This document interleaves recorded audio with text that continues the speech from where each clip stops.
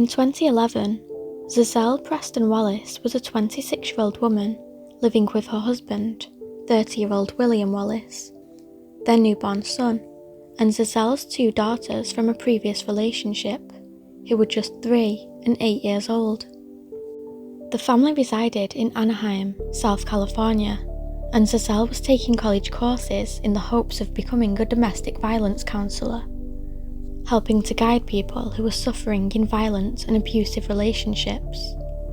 Zazelle had felt a calling to this job, as she herself was in a violent and abusive marriage. Her husband William had beat Zazelle on previous occasions, even spending time in jail for the abuse that he inflicted on her. On one occasion, a relative had gone over to Zazelle's home to visit her, only to find Zazelle, who was pregnant at the time, wandering the streets in a daze from a particularly bad beating to her head. Despite this, Zazelle loved her husband very much and didn't want their marriage to end. On her Facebook page, her profile picture shown the two kissing with the caption, "Lovebirds for life." On Christmas Eve of 2011, William had been released from jail the previous summer, and the couple had been attending a party at a neighbour's home.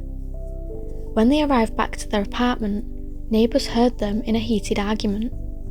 When the neighbour looked out of the window a few minutes later, they seen William picking up what appeared to be a body by the front gate. The neighbour wasn't particularly concerned and just believed it to be a drunk individual being helped into their home. Once back inside the apartment, the argument continued.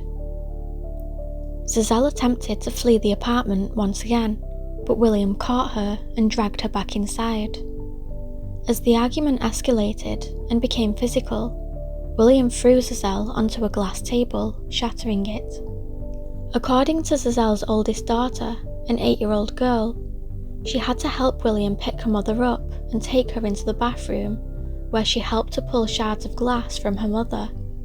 Zazelle had also suffered a concussion from a blow to the head. This was just another day inside the home. The children were sadly used to watching their mother getting beaten by William, and William just assumed that she'd heal from her wounds, forgive him, and life would go on as it always did until the next time he wanted to lay his hands on her again, and the cycle would repeat. Little did William know was that this time he'd gone too far. Later that evening, when the children had gone to bed, William realised that his wife had succumbed to her injuries. As Zazelle's children slept peacefully, ready to wake up to their presents the next morning, William desperately tried to think of how he would be able to fix a situation that was unfixable. He came up with a bizarre and sinister plan to delay the inevitable, one that he thought would work at least until after Christmas. First of all, his plan consisted of speaking directly to his children, not to apologise for making them witness constant abuse and violence, not to break the news to them that he had killed their mother, but to shift all blame onto Zazelle.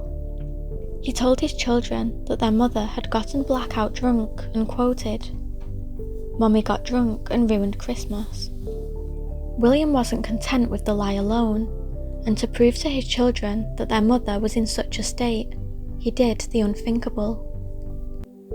Taking a pair of sunglasses, he placed them over Zazelle's eyes and propped her lifeless body up on the sofa to make it appear as though she was still alive. He positioned her in the most lifelike position that he could, all ready for her to watch her children open their Christmas presents. The lie that she was blackout drunk had made this illusion a bit easier to sell to the children, and so, without question, they got to work excitedly opening their presents, blissfully unaware that their deceased mother sat right in front of them. At one point, however, Zazelle's oldest daughter approached her mother and noted that she felt cold. It was at this point William realised that he needed to put an end to the facade, and he called emergency services at around 9 a.m.